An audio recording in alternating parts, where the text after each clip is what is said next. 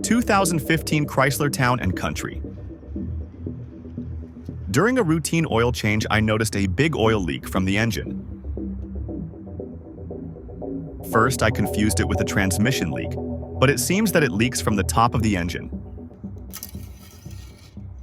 The engine oil level seems to be a little below normal.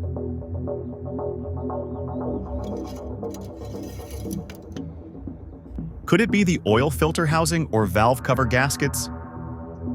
Please share your opinion in the comments.